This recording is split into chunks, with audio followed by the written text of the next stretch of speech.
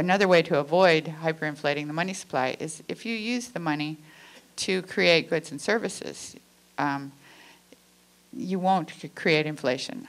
Inflation is the result of demand exceeding supply, or the amount of money competing for goods and services going up faster than the goods and services.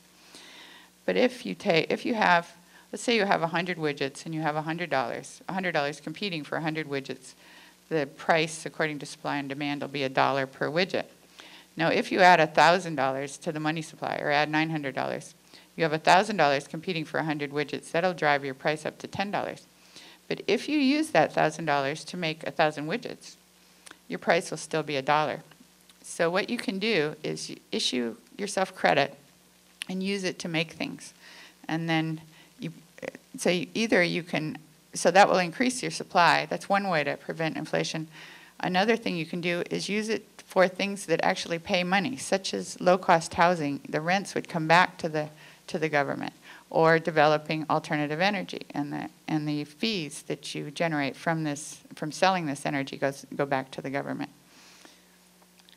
So how much money could the government actually print without hyperinflating the money supply? Right now, these figures come from Richard Cook, although I did the chart. This was in 2006. The gross domestic product came to $13 trillion, and the wages and income of people only came to $10 trillion. So we only had $10 trillion available to buy a $13 trillion gross domestic product. We can't afford our own products that we create. So this money here is created as loans. This is all debt to banks. We've borrowed this money in order to afford our own products. And some of this income is actually invested. So there's really only $9 trillion available to buy $13 trillion in goods. And that's at less than full employment. If you were at full employment, it would be close to $15 trillion. So you would have $9 trillion available to buy $15 trillion. That leaves nearly $6 trillion that you could put into the system without driving up prices if you didn't allow banks to create this money. You could substitute government-issued money for bank-issued money. And if we can't get Congress to do it, the other alternative, which I think is actually better or more likely, or something that you could do in Michigan, would be for the states to do it. States, there are two banking systems. There's the state banking system and the federal banking system. So a state could buy up a bank and charter it. The only state that actually owns a bank is North Dakota, owns the Bank of North Dakota. And there, all the government's money goes into the bank. And North Dakota is fiscally sound. They're doing well when other states are going bankrupt. And they have, for instance, a very good student loan program when other states are scrambling to find the money and the interest is going up on their student loans. The reason is they have this huge deposit base that comes from the government, and they're just issuing money from that. Now, I tried to look into how they work it, and I couldn't find the details.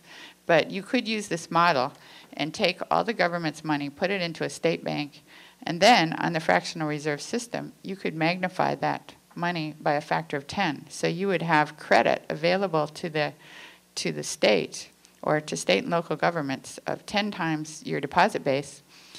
And because the state can charter the bank any way it wants, the state could set it up so that these loans could be made to state and local governments for like 1% interest or 0.5% interest or even 0% interest. And then they'd get paid back from the proceeds of the project. Or they could, if the proceeds were insufficient, they could get paid back by the taxpayers. But the cost of most projects is 50% interest, and that was what it used to be. And now it's getting worse because state and local governments can't find anybody to roll over their short-term loans. What they do, these auctions are popular where they roll over like 6-week loans to fund their 5-year projects, their long-term projects. But now there's nobody available to buy these short-term loans. And so, for instance, I read that the New York Port Authority had a 5-year project at 4% that it suddenly wound up paying 20% interest.